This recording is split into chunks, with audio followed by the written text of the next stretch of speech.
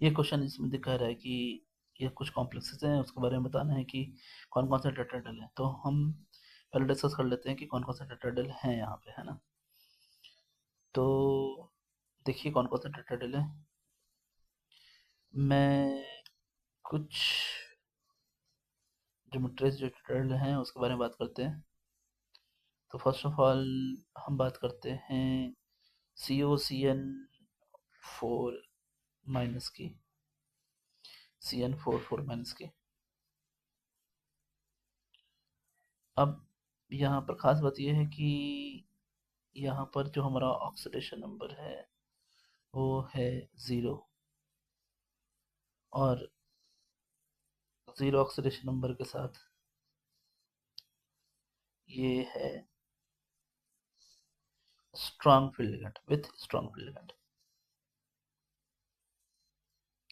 अब क्योंकि strong field ligand है तो इसका जो एक्चुअल इलेक्ट्रॉनिक कॉन्फ़िगरेशन है वो है 3d7 4s2। और स्ट्रॉन्ग फील्ड क्या करेगा, ये 4s2 वाले इलेक्ट्रॉन को भी 3d में भेज देगा, तो ये 3d9 कॉन्फ़िगरेशन हो जाएगा। जैसे कि देखिए यहाँ मैं 5 बॉक्सेस बनाता हूँ, इनमें मैंने अभी 7 इलेक्ट्रॉन्स रखे हैं और 2 इलेक्ट्रॉन 4s2 में रखा है। अभी जो 2 इलेक्ट्रॉन 4s2 वाला है वो 2 इलेक्ट्रॉन जो है वो CN के स्ट्रॉन्ग फील्ड की वजह से, रिपल्शन की वजह से, due to strong field ligand की वजह से वो 3D में चला जाएगा। और 3D में जाने की वजह से ये 3D9 बच जाएगा, और जो S बचा हुआ है और जो P बचा हुआ है वो यूज होगा sp3 हाइब्रिडेशन के लिए, और ये टेट्राहेड्रल बन जाएगा। So the hybridisation is sp3 and geometry is tetrahedral। अब अगर हम बात करें सेकंड, कोबाल्ट CO3NO, ये भी उसी के जैसा एक कॉम्प्लेक्स है। यहाँ भी ऑक्सीडेशन नंबर 0 है और CO एक स्ट्रॉन्ग लिगेंड है।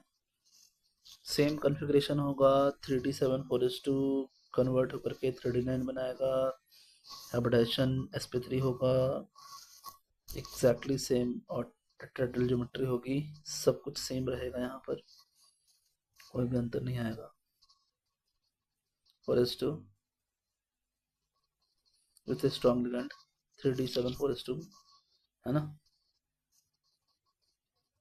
और जब हम इसका स्प्लिटिंग कराएंगे, या फिर स्प्लिटिंग नहीं भी कराएं डायरेक्टली भी लिखें, तो हमें ये बात समझ में आएगी कि ये sp3 हाइब्रिडेशन है ना। आगे अगर हम बात करें, नेक्स्ट हमारा जो है वो है PCl4+। तो PCl4+, ये डिफ़ॉल्ट टेट्राहेड्रल है ये, और इसमें 4 सिग्मा बॉन्ड हैं, और उसकी वजह से ये sp3 होता है, टेट्राहेड्रल है ये।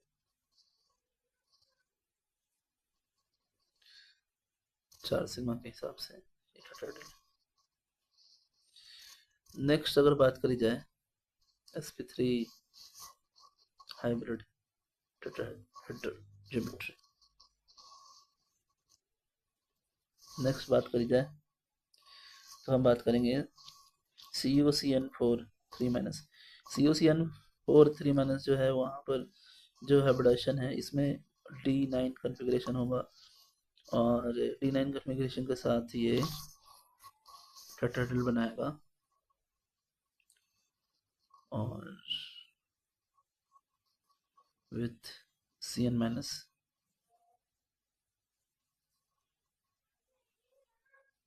तो D9 के साथ ये हो गया हमारा।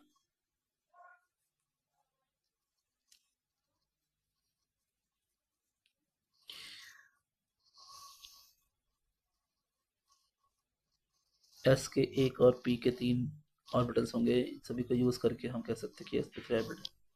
P4 डिफॉल्ट टेट्राहेड्रल होता है, NCERT में डायरेक्टली ये बात दी गई है।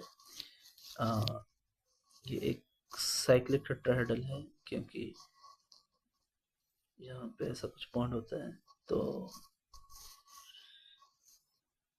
ये sp3 हाइब्रिडाइजेशन है, हाइब्रिडाइड टेट्राहेड्रल है।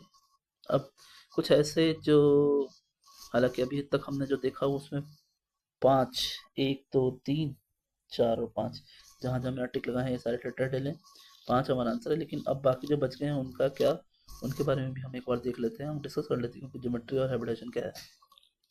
तो अगर हम बात करें जो हमारा पहला, जो कि मैंने डिस्कस नहीं किया, उसको डिस्कस करते हैं, जो कि है PdCl4 2-। अब इसकी खास बात यह है कि जो PD है वो चाहे तो वीक लिगेंड के साथ है या फिर स्ट्रॉन्ग लिगेंड के साथ है, वो स्क्वायर प्लेनर ही बनाता है।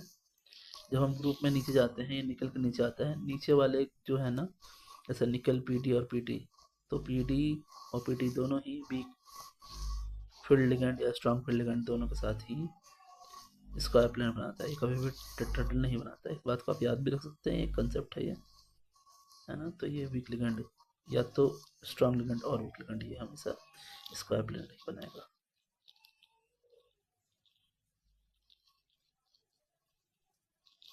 XCF4 ये भी स्क्वायर प्लेनर है, ये डिफ़ॉल्ट केमिकल बॉन्डिंग के हिसाब से ये स्क्वायर प्लेनर है, तो